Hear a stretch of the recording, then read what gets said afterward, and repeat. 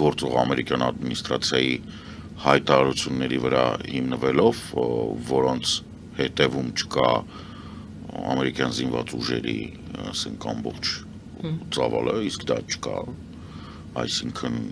Ադրբեջանը ոչ մեկ չի պատրաստվում պատժել նրա համար, որ ինքը հարձակվի,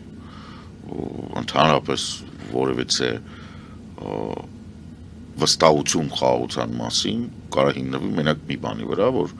Հայաստանի զինված ուժերը եւ գործող թղթի վրա գործող, իրականում գործող միջազգային դիրքը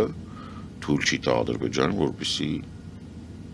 այդ բանը տեղի ունենա։ Հիմա այս պահին խոսել նրա մասին, որ այդ խաղաղության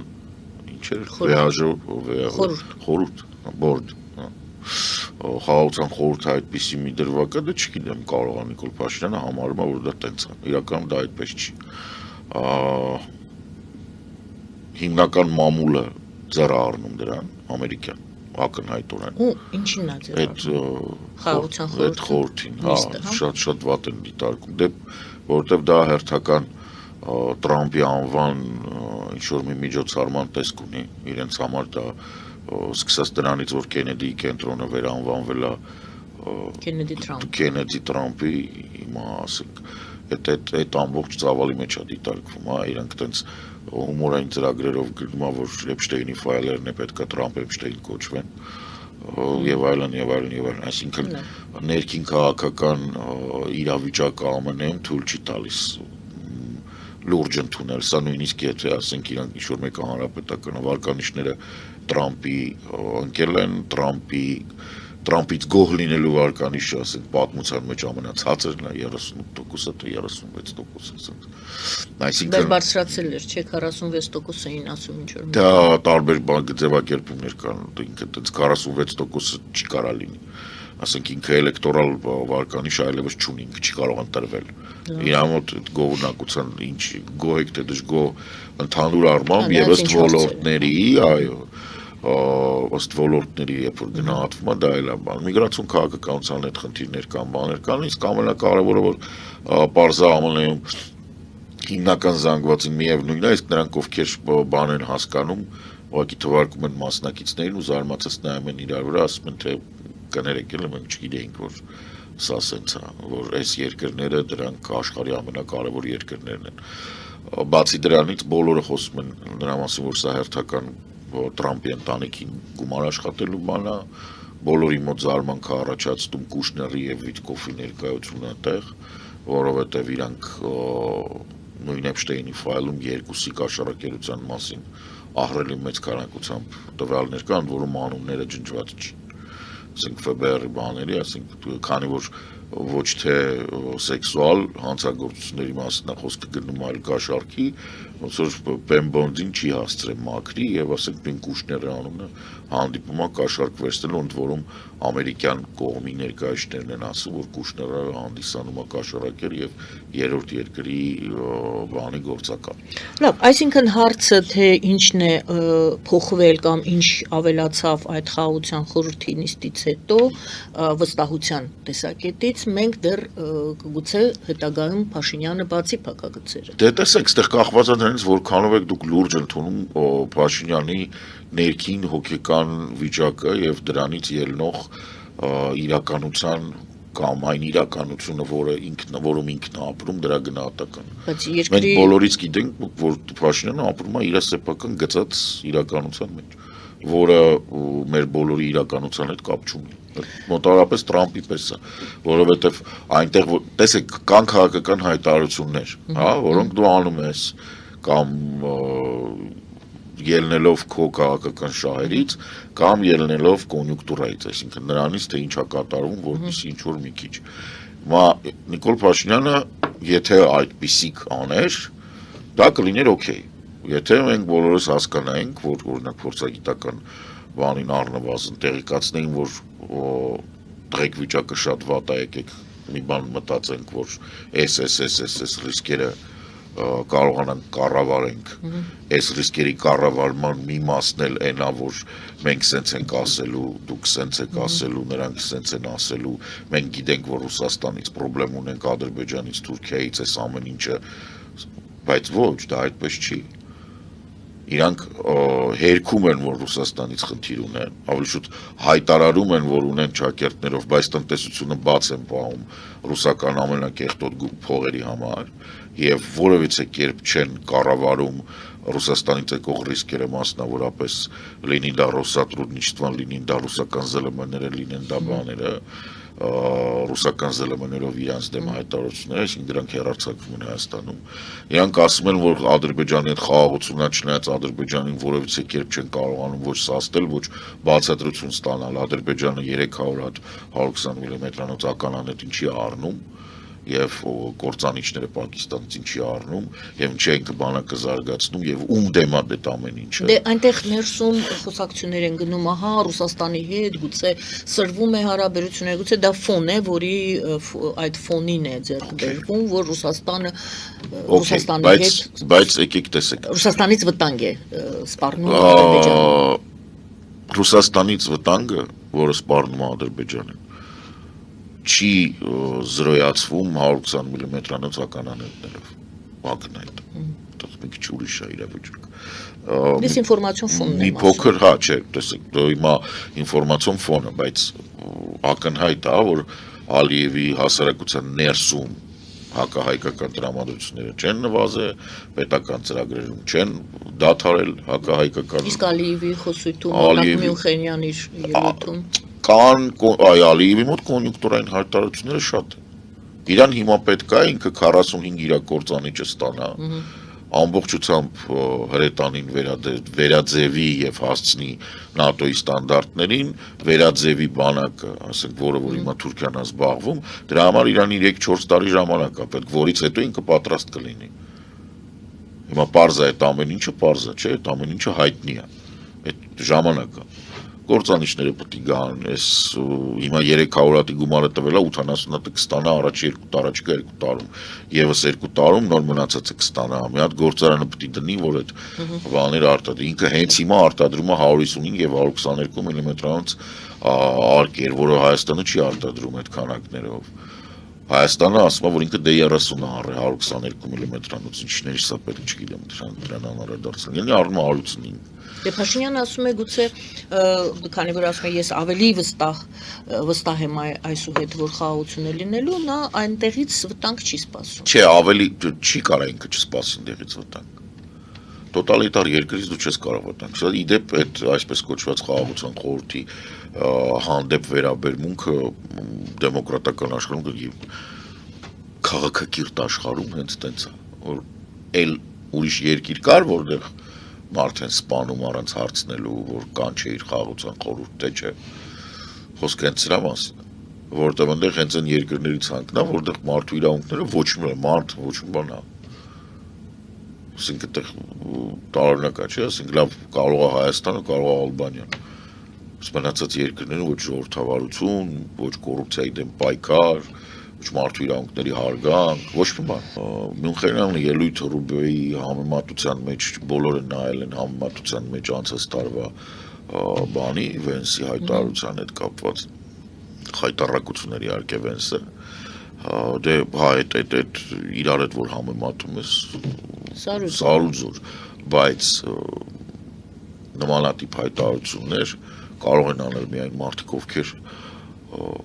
երկու առնվազն բան իրանց մոտ համընկել է իրանք անգլերեն չեն հասկանում եւ չեն նայել փոխհարաբերությունների լավացման մասին կարող է այդպես եզրակացնել այնտեղ հաճախ ինձ ասում են դե կանգնեցին ծափահարեցին դե կանգնեցին ծափահարեցին հա բայց այդ կանգնել ծափահարելը դա մի փոքր ուրիշ երանգել քաղաքականությունը չի փոխվում տեքստը նույնն էր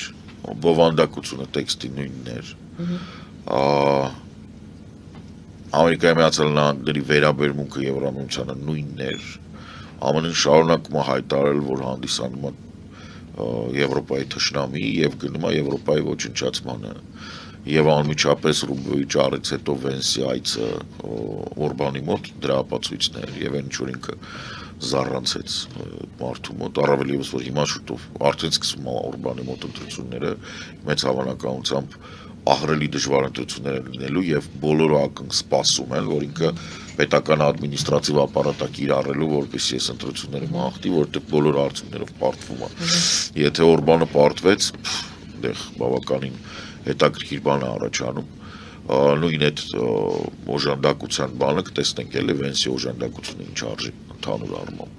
Սա էլ է բավականին հետաքրքիր, անգամ էլ ես ասացի Նիկոլի համար շատ վտանգավոր եւ շատ վատ բան էր դա, որ Վենսը իրան աջակցել է, շատ վատ, դրան բացառվում ան, որ դրան որևիցե դրական բան չկա, որովհետեւ մեծ հաշվով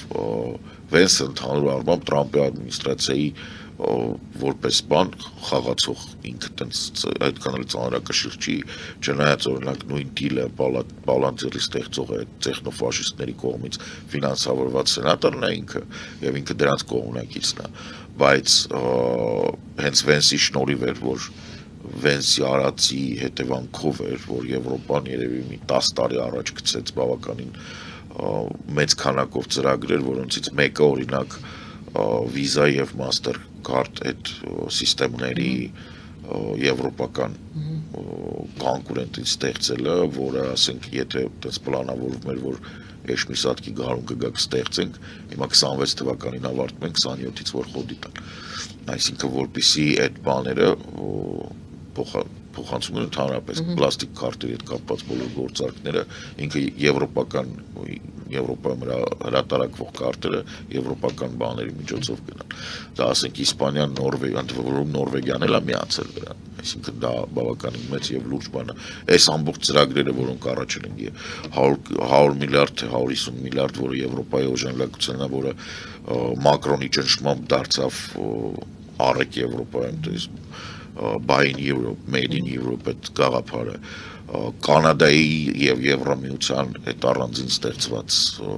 բանը հատուկ հարաբերությունները, որոնք տնտեսապես հիմա կօժանդակվի Դավոսում եւ Մյունխենում տեղի ունեցած այդ Մակրոնի ճառերը եւ մեծ հավանականությամբ շատերը